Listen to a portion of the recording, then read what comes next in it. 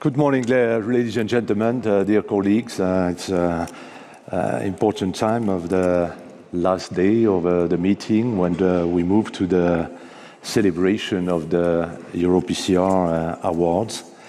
And it's my great pleasure to chair this session with William and all this distinguished panel, of course, director, in addition, Davide Capodano. So we will start by we will have to introduce the award for the best case, followed by the best management of complication case. The third one will be the most impactful lead-beacon trial. Then followed by the John Deehan Foundation Award. And finally, the last one for the PCR Got Talent. So, we will introduce, Thomas, the best case. Yeah, thank you, Jean. So, on behalf of EuroPCR course director, it's indeed a great pleasure to announce the best clinical case award. And before announcing the winner, I would like just to highlight very important things that we had this year for this 2023 edition, more than 1,300 clinical case submissions. So I would like really to thank all the companions who submitted cases and made really this successful. And it came from almost 80 different countries. But among those, of course, we had first to select the finalists of this Best Clinical Case Award, who were Shabir Assad from Spain, Bertolome Dario Tino from Belgium, Anar Jonas from Switzerland, Belushi Igor from Italy, and Danit Vir from the United States.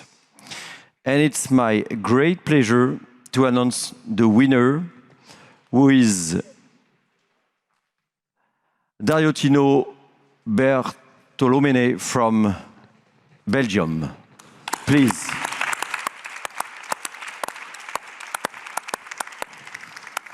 Congratulations. Thank you.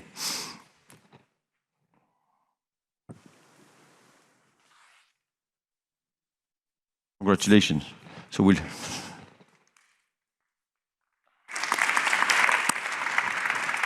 So, and please, would like you just to update and share your case with the community. And congratulations again. Thank you.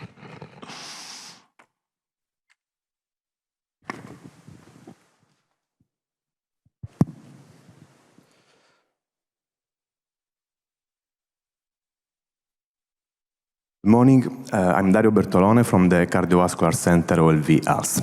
It's a pleasure for me to share with you this case entitled "The Older the Calcium, the Newer the Treatment." Why old? Simply because the patient we are going to discuss is a 90-year-old lady. She has common cardiovascular risk factor, history of PCI in 2020 in the CIRC. She was referred to our out-clinic patient because she's symptomatic for angina in CCS class 2 with a clear worsening of the symptoms in the last months. As first, we performed a coronary CT. This is the 3D reconstruction with the color code map, where the calcified lesions are depicted in white and the lipidic non-calcified lesion in green. And as we can see, the LID is both lipidic and calcified lesion. The circ, the stent in the circ is visible is white for the metallic strut and for the calcium behind. In this other image, where we can see from the left to the right, the 3D reconstruction, the multiplanar reconstruction, the straight MPR, and the cross-section, if we are going to analyze, we can see that from the CT, we can already know a lot of information.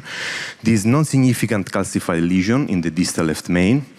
Going to the proximal LAD, we can see already the presence of severe and circumferential calcification in the cross-section C, and the cross-section D, C, and G suggest for at least 180 degrees calcification. If you're going to to look at the plaque assessment derived from the CT, we can see that the analysis suggests that the lesion length, normal to normal, is around 45, with an MLA in the proximal LAD that suggests for circumferential calcification and triggers for plaque modification technique before stent implantation. So the patient was referred to our cath lab. This is the baseline coronary angiography. We can appreciate the significant lesion in the proximal LAD in the caudal view. In this cranial view, we can appreciate the amount of calcium and this significant stenosis in the mid LAD. So the patient was referred for an IVUS-guided PCI. This image, I think, is very important because the comparison between CT and IVUS. This is the baseline IVUS performed. And we can see that there is a clear agreement in the calcium detection, distribution, and extent between the two techniques. Also in this case, we can see the non-significant calcified nodule in the distal left main, the circumferential, almost circumferential calcification in the proximal LAD, and at least 180 degrees of calcium in the mid LAD. Also, if we consider the comparison between lesion length, normal to normal, we can see that there is a remarkable agreement between the two techniques. 45 millimeter lesion length assessed by the CT versus 49 analyzed with the IVUS. So we can say that the CT could help in planning PCI and predict, of course, the need for plaque modification techniques. Just to see the case, we performed a rotational atherectomy, 125 millimeter bar, and we performed an IVUS post-rotational atherectomy. Here we can see that there is a suboptimal plaque modification with modest calcium fracton and absence of significant lumen gain. So after that, we decided to go ahead with a cutting balloon, 2.75. In this case, the IVUS post-cutting show a successful plaque debulking with visualization of several calcium fractures and significant lumen gain. So we decided to perform the PCI. It was implanted 275 in the mid, 3.5 in the proximal LAD, post-dilated with a 4.5 non-compliant balloon, and the IVUS assessment post-PCI show a good stent expansion around 91% without any gross malapposition. This final slide is to summarize what we did, how we modified the plaque in the proximal LAD. The IVUS at baseline show a circumferential calcification. Post-rotational atherectomy, we can see modest calcium fractum, not significant lumen gain, that was reached immediately after with the cutting balloon, and the final assessment post-stent implantation with a good stent expansion without malapposition. In conclusion, this clinical case highlights the importance of the CT in the assessment of calcified coronary artery disease. And when the CT identifies this calcification, the use of calcium modification technique should be considered and encouraged. An adequate lesion preparation, of course, combining different but complementary techniques, enables successful PCI. So DCT has the potential to improve our cath lab preparation, our resource utilization, to tailor the PCI in this complex calcified scenario, with the aim to improve the patient outcome.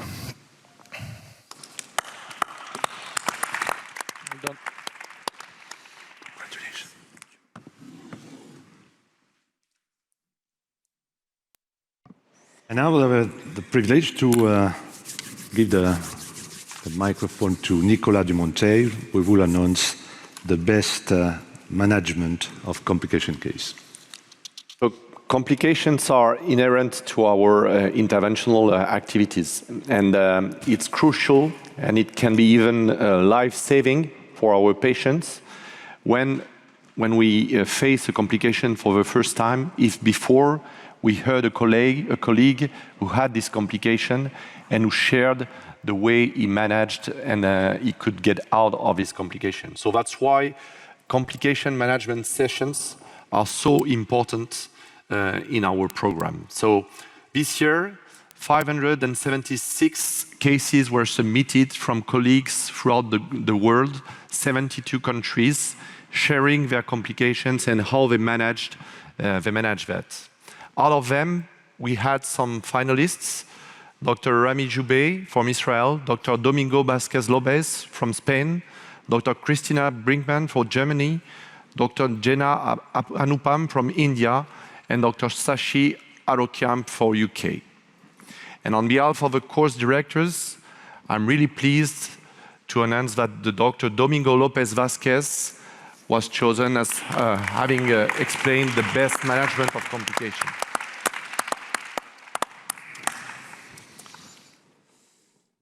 Congratulations. Pictures, fantastic.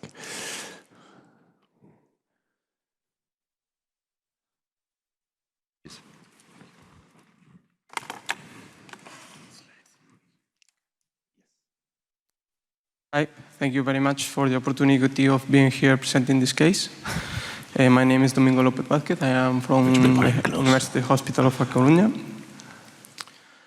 I don't have any countries or interest. My case is an 83-year-old woman without any past medical history that was admitted to a hospital for a sectional dyspnea in New York Heart Association functional class 3. Without any abnormalities in the labs of the admission, during the admission, a transthoracic echocardiography was made that showed middle part left ejection ventricular fraction and severe aortic stenosis with a peak gradient of more than 120 and a mean gradient of more than 70. A coronary angiography was made as well with no coronary disease. In order to complete the study, we ordered a CT that showed moderate to severe classification at the level of the aortic leaflets and not so much classification at the level of the aortic annulus with an area of 372 square millimeters. Following the current recommendation of the guidelines, we proceed with a TAVR procedure by transfemoral approach. At first, we perform a gentle predilatation with a 20 millimeter non-compliant balloon, and after that, we proceed with a 23 balloon expandable SAPIEN 3 valve.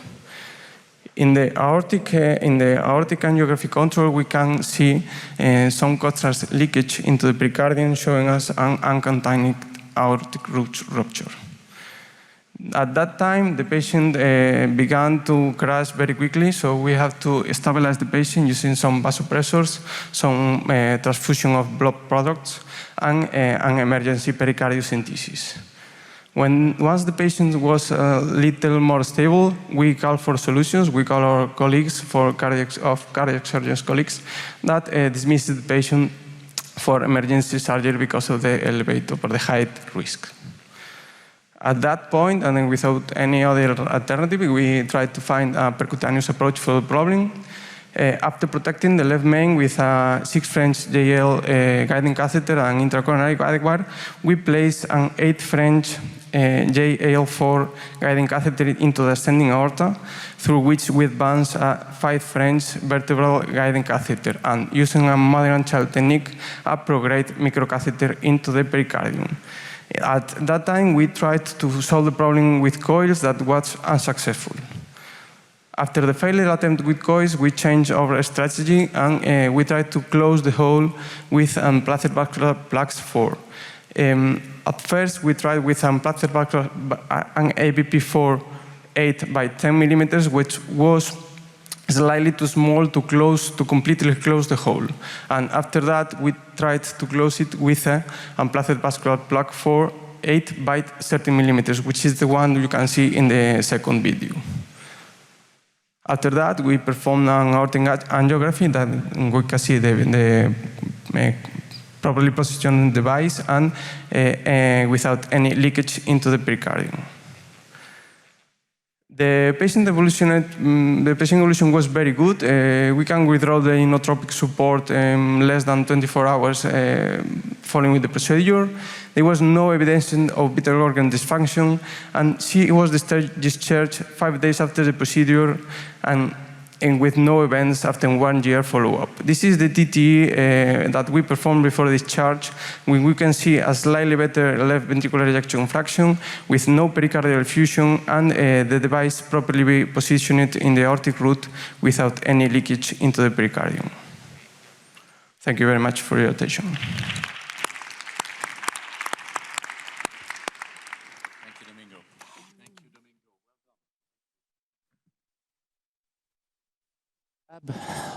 If I can have my mic, thank you. When you'll be in the lab on Monday, colleagues will ask you, how was PCR? And the next question will be, what were the major trials that were presented during the course? And we want to make your life easy, and who better than the editor of your intervention, Davide Capodano, can tell us about that. So we asked Davide the impossible task, out of all the things he has seen, plus what was submitted to the journals and published, which are the most impactful late-breaking trials for our clinical practice in 23. Floor is yours, Davide. Thank you, William. Thank you, Jean. And let me congratulate the course directors here as well for a great selection and lineup of trials this year. I think this concept has been re-energized. And it was very difficult to find the best of the best, because you have seen great hotline sessions in the room Maillot that were really full of people interested in understanding where research is going, in which direction, which are the new strategies, devices, and drugs. So this is just my humble selection, and of course I miss many other important ones. I think we can categorize the trials into three, let's say, sections for this talk. The first one, trial updates. We have seen many updates of trials that presented the primary endpoint years ago, maybe, but it's very important to collect a long-term follow-up of these trials, and we had many of these during the week. I will mention some of the trials that maybe are smaller, but they show great resilience and I think creativity. So I want really to encourage anyone to run these particular studies that are very pragmatic and adherent to clinical practice. And then I will mention my top 3 picks, and of course this is something you may disagree with, and please disagree, of course. So let's start with the trial updates, because these were really the headlines of many news outlets this week. And I will start with FAME-3. These results have been presented now at 3 years. You may remember that the 1-year outcomes were presented 2 years ago. Obviously, these were 1,500 patients with 3-vessel coronary artery disease, and the primary outcome at 1 year showed that the FFR guided PCI doesn't meet the non-inferiority as compared with CABG, and actually it was inferior at 1 year in terms of major adverse events. So now it's interesting to see what happened at 3 years, and the results have been presented at EuroPCR. The secondary pre-specified endpoint now is a composite of death, MI, and stroke, so it's very important to assess this classical and traditional outcome, and you see that the things didn't change too much, although the p-value is non-significant, as you see, 0.07, you see more events with the PCI versus CABG, so we have to recognize that there is still work to do in the population of patients with 3-vessel disease where CABG remain a kind of standard of care. We have also seen the results of DEFINE FLARE, and these results are now available at 5 years. You may remember that this was a study of approximately 2,500 patients with coronary artery disease, and the results at 1 year were presented and published in 2017 in the New England Journal of Medicine, showing essentially the non-inferiority of IFR versus the FFR for predicting clinical outcomes in terms of major adverse events. At that time, there was no difference between the two in terms of superiority. So one of the important questions is to see whether this is still valid at 5 years. And these are the results presented this year at EuroPCR, and again at 0.07. And we will see many of these during this presentation. And essentially, you see that more or less the rates are similar, although we are starting to see some increase in event in the IFR arm. We don't know whether this is play of chance, but I think it's important to collect these endpoints at the long-term follow-up. We have also seen the 5-year results, and this is another follow-up extension of ABSORB-4. These were patients with coronary artery disease treated with the bioresorbable vascular scaffold versus the EES, so a drug-eluting stent. And these were the results that we all remember at 1 year. We were somehow disappointed because target lesion failure, in a way, was numerically higher with the ABSORB. Technically speaking, I should say that non-inferiority was met, but we know that this device didn't enter really our practice because of other problems such as dismantling, thrombosis, etc. Now at 5 years, I think it's very important to see the results because theoretically, the advantage of bioresorbable scaffolds starts after the biodegradation is completed, which is something that normally would appear at 3 years. So from 3 years to 5 years, you would start to expect some benefit because the scaffold is gone. Well, these are the results at 5 years that have been presented here at the course, and you see that there is a difference between the absorb and the Excience, and this is in favor of the Excience stent. In this case, this is significant. So this means that there was no real gain and advantage of the bioresorbable scaffold, even between 3 and 5 years where you would have expected some catch-up, and actually between 3 and 5 years the results were almost identical. So we will see how this field will evolve from now on. I will mention also ABC Main that has now reported the results at 3 years. These are all patients with true left main bifurcation lesions, 467, and these patients were randomized to a provisional approach versus a systematic two-stent approach. At 1 year, the results were presented at EuroPCR, the year of the pandemic. I remember major adverse events, and there was no difference between the two strategies. The P4 superiority was non-significant, so essentially you can go with a simpler strategy and you achieve similar, if not better, outcomes as compared with the systematic two-stent strategy. But is this long-lasting? Is this something that also you will see at 3 years from the procedure? Well, these are the updated results: 23% with one stent, 29% with the systematic two stents, and so the authors, the investigators, concluded that the one stent provisional strategy remains, of course, the default approach for most bifurcation lesions. And finally, on this topic of trial updates, I will show you the ABC2 trial with the results at 5 years now. This was a small study that was published in 2016. These are patients with large true bifurcation lesions, 200. These were the results of this comparison between T-stent provisional versus a systematic culotte. And at that time, there was no difference, although you may argue that this is a small study that maybe has not so much power for detecting differences. However, at 5 years, where you have more events, of course, accruing over time, you still don't see a difference between the T-stent provisional and culotte systematic. These were bifurcation, not just left main bifurcations. So the two latest trials show us that the provisional approach is alive and well, let's say. And now I would like to mention two studies that I like in this selection for different reasons somehow. EuroShock, first of all, it's a small study. You see 35 patients. The reason why the number is so small is that the study was supposed to enroll 400 patients and was essentially interrupted during the pandemic for the obvious reasons that you can imagine, particularly because it's very difficult to randomize patients with persistent cardiogenic shock after primary PCI. Still, we decided to publish this in Neurointervention because we feel it's very important for the readers to read the methodology, understand the feasibility, what was wrong eventually, and can be improved for future studies. So I think it's very important to publish also these studies because there are many lessons to take for future study designs. I remind you that this was a study comparing veno-arterial ECMO versus standard therapy in this population of persistent cardiogenic shock patients, and the results have been reported now for the first time and actually in the latest hotline session today, and show that in terms of all-cause mortality there is no significant difference, but you see dramatic numerical difference, 43.8% versus 61.1% favoring ECMO. This is inconclusive, obviously, because of the small numbers, but food for thought. And I would like to mention also this study that comes from Israel. It's called the Eye Culprit because it's a perfect example of a study that addressed a very practical question. You are doing STEMI, you go for primary PCI, of course, and then the question is, should I complete the angiogram and then do the primary PCI, or should I start with a supposed culprit vessel and then assess the other vessel after the primary PCI in order to save time?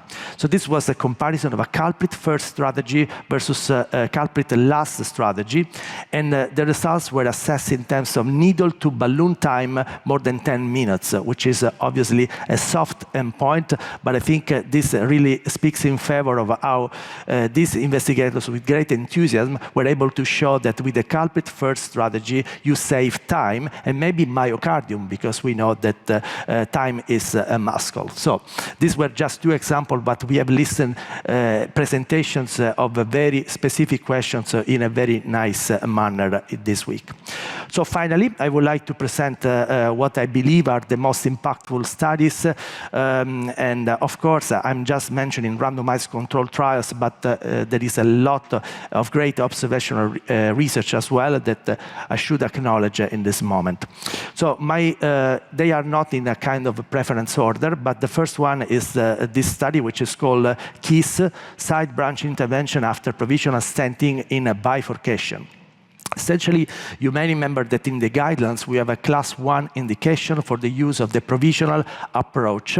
And the phrase is provisional balloon angioplasty with or without stenting of the side branch is recommended. So you put the first stent, you optimize with the pot, and then the question is, what should I do now with the side branch? The KISS trial was a prospective, multi-center, randomized, open-label study.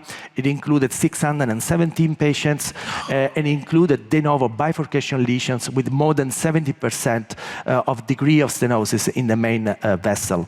The side branch was a side branch of at least 2.25 millimeter. These patients were randomized to no side branch intervention, or they were randomized to side branch intervention, which means pot side pot or kissing balloon inflation at the preference of the investigators. What they found was to look first of all at the primary outcome, which is periprocedural myocardial injury or infarction, with this definition that you see here, which is a kind of classical definition among the many.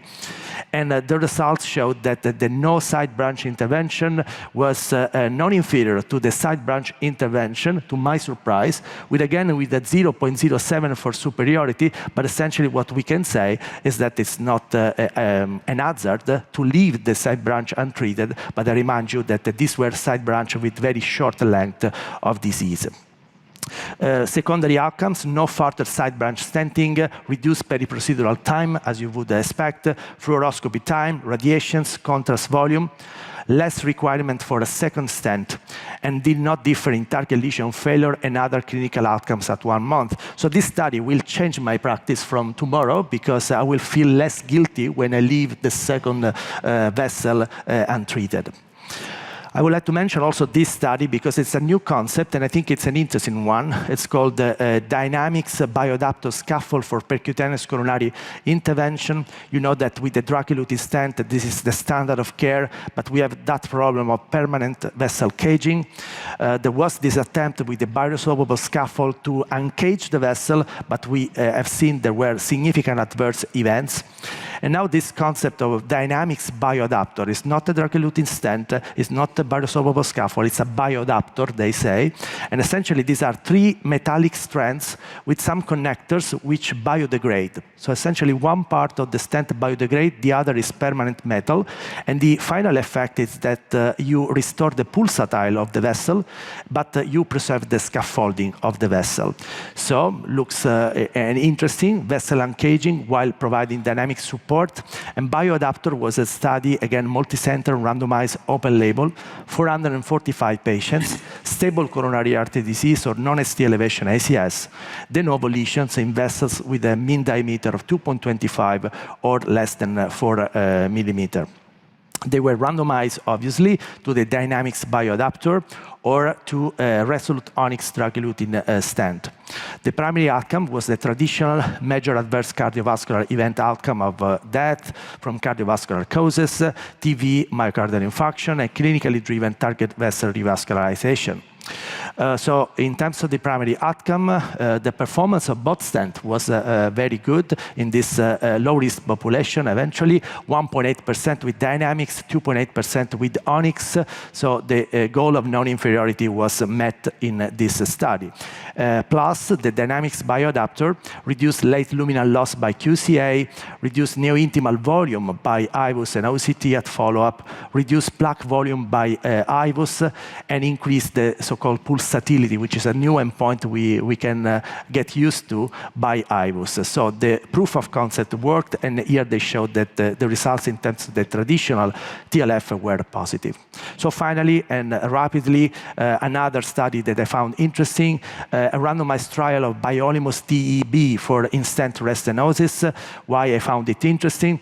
We know that in the guidelines for the treatment of in-stent restenosis, you can treat these lesions with a drug-eluting stent or with a drug-coated balloon. This is equally class 1 level of evidence A.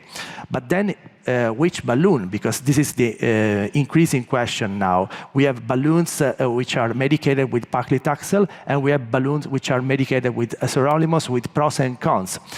And now a third player, so a Biolimus coated balloon, which was not available before. This study was called the REFORM, prospective, multicenter, randomized, 201 patients, stable coronary artery disease, non-ST elevation ACS, patients presented with in-stent restenosis causing ischemia. They were randomized to the Biolimus drug-coated balloon or to the paclitaxel-eluting balloon. The primary outcome was % diameter stenosis.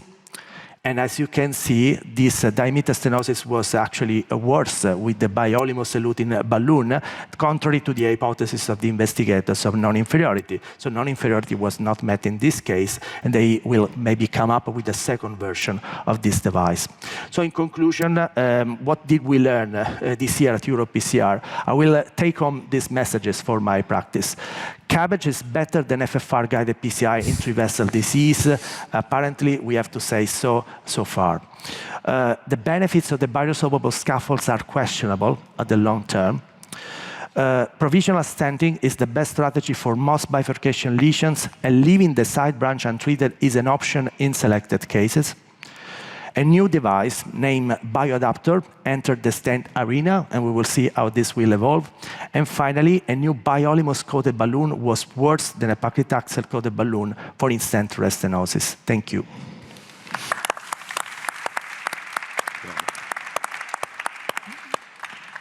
Thank you so much, Davide. This was wonderful, high-level content, and the quality of the visuals are just stunning. We should all learn from you how to make proper PowerPoint presentations. Thank you again. Now, our field is all about innovation and advancing the field. And of course, innovation needs support. We are very fortunate that the John DeHaan Foundation has selected the EuroPCR again this year to deliver the John DeHaan Award. And I'd like to invite Dr. Schwartz to come to the podium, tell us about John DeHaan, and also unravel the winner of the award for this year. So you can go. Well, thank you, William. It's been a wonderful collaboration with you and the PCR team. Sorry. The PCR team and our ability to foster innovation as we've done over the past several years. John DeHaan is an amazing man. He is a grateful patient. He started the company RCI. His idea was to begin the whole idea about the townhomes that are rentable and on a temporary basis. He became very wealthy with this company, and as a result, he was working very hard. He was very innovative, of course, but in the midst of this, he had a myocardial infarction. Not wanting to take things easily, he decided he wanted to innovate because he had a drug-eluting stent. He became my patient. We put drug-eluting stents, and he said, wow, this is great. I want to foster innovation in the cardiovascular space. I'll never forget the day he called me, and he said, Rob, I've been really bad at giving my wealth away over the course of the past several years. Will you give my money away? And I said, yeah, let me think about that. Yes. So from there, we formed a portion of the foundation whereby we would give innovative awards in collaboration with outstanding meetings like this one, have a competition for the innovation space, and then the winner would receive a $200,000 US check to foster innovation. It's been quite successful over the past, and I'm happy to say that this year is no exception to that. Over 50 submissions to the PCR committee were initially submitted. Subsequent to that, it was whittled down to 3, and from there, the presentation was made live in front of the audience, and we had a selection that you will hear about in just a moment. The competition, there was a device that was a new tricuspid valve. There was a non-invasive aortic stenosis device that we used intense ultrasound to break up calcium, and a stent that was placed across as a connection for making a right-to-right shunt between the SVC and the pulmonary artery. This is a picture of Mr. DeHaan in his home. I guess I'm got control of that.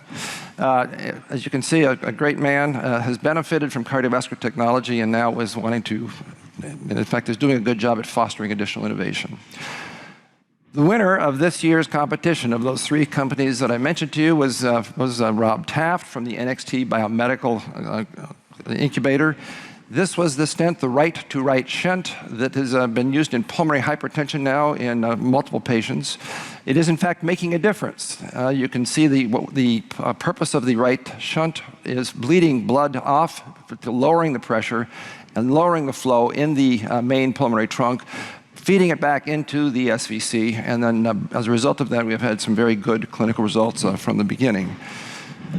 So happy to present the award right now to Rob, representing the NXT Biomedical Incubator.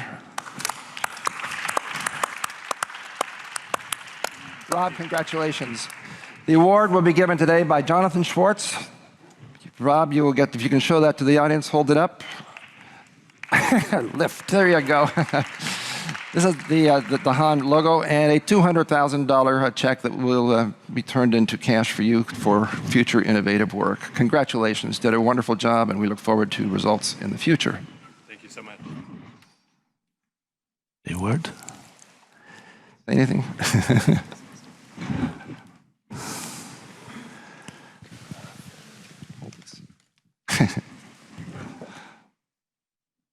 Thank you very much. All right, I think I have some slides to present. And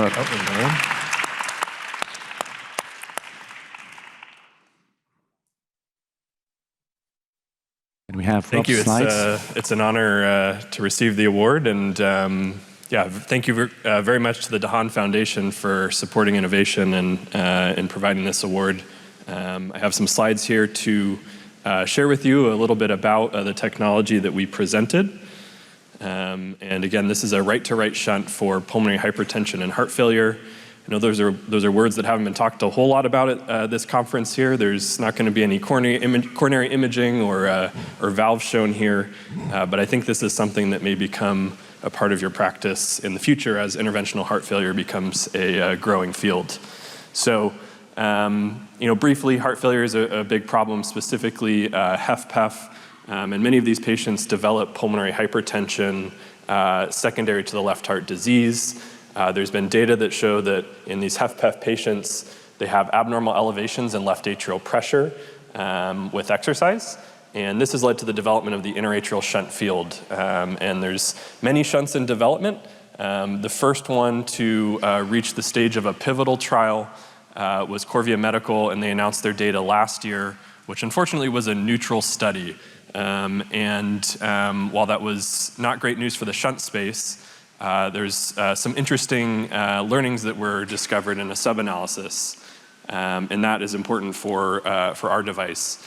So there was a sub-analysis done that looked at exercise PVR, and patients that have elevated exercise PVR actually had a signal of harm, while patients with lower exercise PVR had a signal of benefit. Now, why might that be? When patients exercise, cardiac output goes up, there's more blood moving through the lungs, and in some patients, their resistance goes up and they develop right heart failure symptoms. And that's not good news for a left-to-right shunt. For a left-to-right shunt, blood is moved from the left atrium to the right atrium in an attempt to reduce left atrial pressure, but that requires 25% increase in pulmonary blood flow so that blood can then be shunted backwards. But that's good news for our technology, and I'll introduce that to you in a second because we are a right-to-right shunt. But first, there's many left-to-right shunts, and you may be familiar with them. I gave them some nicknames just to help remember what they all are. There's the Corvia atrial shunt, which based on their recent data, I call the please don't exercise shunt. There's the V-Wave Ventura interatrial shunt. And for years, they've been saying that their 8mm shunt, or their 5mm shunt is actually performing like an 8mm shunt because of the Venturi effect. But now that the 8mm Corvia had some bad data, they don't talk about the Venturi effect anymore. So I call them the not Venturi Ventura shunt. There's the Occlutech shunt. This has been used in Europe for many years and hasn't seemed to go anywhere else. And so, the joke here is maybe this is a shunt that only works for Europeans. The Edwards Apture shunt, they have their own shunt, but they've also invested heavily in Corvia, and so I call this the Edwards not Corvia shunt. There's the Noya interatrial shunt. There's several that are developing shunts where you don't leave a device behind, you just punch a hole and kind of hope it stays open, and so I think this has an appropriate name. Is the device still patent? No, yeah, who knows, right? And then there's the Alleviant medical shunt. This one punches a hole much like an aborted MitraClip case. So I call this the aborted MitraClip shunt. Enough about other shunts. This is our shunt, which is a right-to-right shunt. We create a shunt, as Dr. Schwartz said, between the right pulmonary artery and the SVC. It's a 4mm shunt diameter. We reduce left atrial pressure. We also reduce pulmonary artery pressure and reduce lung flow. And this has broad applicability across heart failure and pulmonary hypertension. We don't introduce any right-to-left embolic risk because we're not creating any right-to-left communication. And because of the location, we don't leave a device on the septum like the other devices, and so there's no restriction on future left heart intervention like any ablation or appendage or mitral valve work. A brief animation, we have a transfemoral venous procedure. We access into the SVC and use a steerable catheter to point towards the right pulmonary artery. We advance a radiofrequency guide wire into the pulmonary artery and then advance a crossing catheter through which we then introduce a balloon expandable shunt that is designed to look a lot like a coronary stent, 30 millimeters long at introduction, but then is designed for extreme foreshortening so that when the balloon inflates, it creates flanges that secure the device in a low-profile manner and leave behind a 4mm opening. We've done a number of early cases, in some of this using off-the-shelf devices, and we've done one case so far with our custom rivet device. We treated group 1 and group 3 patients. We saw some really positive early signals, 11 millimeter mercury reduction in mean pulmonary artery pressure sustained out to 6 months in the group 1 population, which is a great signal of RV afterload relief in these high PVR patients. We saw sustained quality of life improvement and I think a significant reduction or increase in 6-minute walk distance of 120 meters sustained out to 6 months. So a lot of promise there. That has led us to then initiate a study in the US and Canada, an EFS study, which will be a small study to help us identify the right patient population to move forward with. And so in summary, the rivet shunt is a right-to-right shunt. We believe we're very differentiated from the rest of the shunts that are out there. We're very early, but we think we're the right shunt in the right place at the right time. And we're looking to raise our Series A round right now, which is $16 million, and happy to speak with anyone who is interested in partnering with us on that. Thank you very much. Thank you. Congratulations, Rob. Innovative procedure, innovative technology. We look forward to follow-up. Thank you very much. And thanks again to the PCR group. Thanks very much. Outstanding. Thank you. Pleasure. Congratulations. Thank you. And please be back and tell us about your progress. Will do. Thank you. Bye-bye. I'd like to thank again Rob and Jonathan Schwartz for their help with the John DeHaan. Thank you very much. Now the final award is about talent scouting. It's about PCR's Got Talent, identifying the best among our next gen. And Nieves Gonzalo will reveal the winner of PCR Got Talent this year. Thank you, William. So, yeah, I'm very pleased to introduce this PCR Got Talent competition. First, let's explain a little bit what is PCR's Got Talent. So, the first thing is we received so many abstracts this year. You can see more than 800 abstract submissions from 53 countries. So this is really amazing. We are really pleased to have submissions and science coming from so many different places in the world. So what is PCR's Got Talent? It is an abstract competition, scientific abstract competition, that started in 2015 for young practitioners. But what is more interesting is that it is not only taking into account the scientific value of the abstract, but also the presentation skills. And actually, the best part is that the person that is going to present the abstract receives training. And this is really important because we all know that presentation skills are key if we want to have a career in research or if we want to improve in medical education, but it's something that they don't teach us at medical school. So this is something really, really interesting from this contest. So of course, the awardee gains visibility, also international recognition, and also an invitation to join the next edition of EuroPCR as guest faculty. And how does it work? Well, we have all the abstract submissions, applications for PCR's Got Talent. These people, they receive professional coaching for presentation skills, both online and on-site. There are 3 rounds. And finally, there's also a jury that takes the decision about the winner. These are the 6 previous winners of PCR's Got Talent. You have some familiar faces there. And this year is the 8th year that the competition has taken place. As I mentioned, it started in 2015. And we had 40 presenters that had this online and on-site coaching. There were 3 rounds, 2 sessions on Tuesday and Wednesday, and the final session yesterday on Thursday to take the decision. These were the finalists. So we have Koen Burhout from the Netherlands, Ozan Demir from UK, and Emanuele Gallinoro from Italy. And I'm really pleased to announce the winner of PCR's Got Talent this year is Koen Burhout from the Netherlands.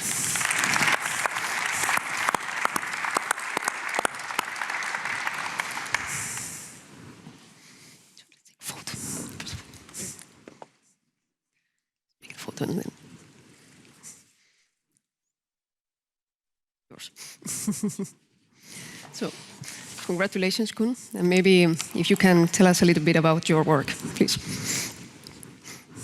Yes, well, thank you very much for the introduction. And thank you for facilitating this program. Thank you to the organization for facilitating this program and making it possible for me as a young investigator to present our work here at such a great stage. My name is Koen Burhout. I'm from Amsterdam, and on behalf of the Ilias Registry investigators, I would like to talk about the Hyperemic Stenosis Resistance Index, an index to guide coronary revascularization decision-making. And I would like to start with some comforting words that I'm not here to convince all of you to implement this index right away and to forget everything you know about coronary physiology. But what I would like you to remember that if we consider a PCI, we need to go with the flow. And here's why. Let's see.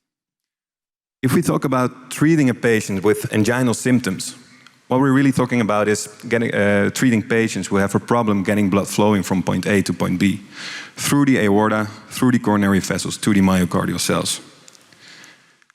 And some basic principles on how coronary blood flows. It interacts with both pressure and resistance. Coronary flow, or Q, is driven by pressure from a high pressure point to a lower pressure point and regulated by the resistance it meets throughout the coronary vessel. And in a healthy coronary circulation, all of the resistance, almost all of the resistance, is located in the microcirculation. And the epicardial vessel will offer close to zero resistance, and blood will flow through it smoothly. However, in the presence of a stenosis, the resistance in the epicardial vessel and across the stenosis will increase, limiting flow and also affecting the pressure. And this is the foundation for a lot of physiological indices, such as the FFR, where we measure the pressure drop in order to assess whether there is flow limitation by the stenosis. However, if we only measure the pressure drop, we will neglect the effect of the microcirculation on this flow limitation.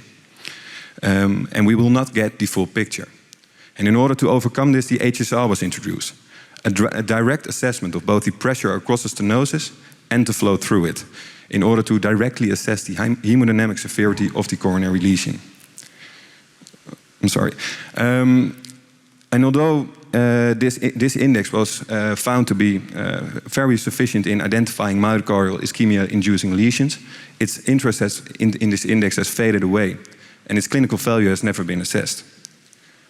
But we were able to do so within the ELIAS registry, a registry composed of data gathered from 20 high-volume PCI centers all over the world.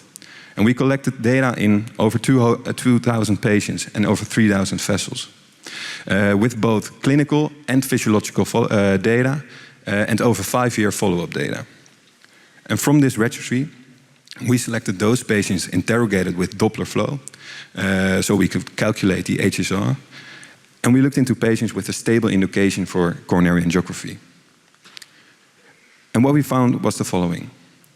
First of all, the HSR was found to be an independent and important predictor of adverse clinical outcomes. But I think more importantly, we found that, that the HSR was able to identify those lesions who initially were deferred from PCI, could identify those lesions who could safely be deferred from PCI and did not need a PCI at first. And it did so better than the FFR in the same population. To put this in clinical perspective, if we have a patient with anginal symptoms in the cath lab, and we assess the hemodynamic severity of a lesion by only pressure measurements, we either get a normal FFR or an abnormal FFR. And in patients with a normal FFR, if we add the measurements of flow, we know that the CFR has an additional prognostic value. But also, in the patients with an abnormal FFR, adding the measurements of flow provided in this population additional clinical value for both the HSR and the CFR. And if we look in the same population and we combine flow and pressure measurements to identify those lesions, we still see that in patients with a normal HSR, so non-obstructive coronary artery disease, that the CFR has a clinical value. But in the patients with an abnormal HSR, we don't see the additional clinical value of either the CFR or the FFR. And so to conclude my presentation, I think it's important to understand that if we only measure the pressure, we do not get the full picture. And so to end, if we consider PCI, we need to go with the flow. Thank you very much for the attention.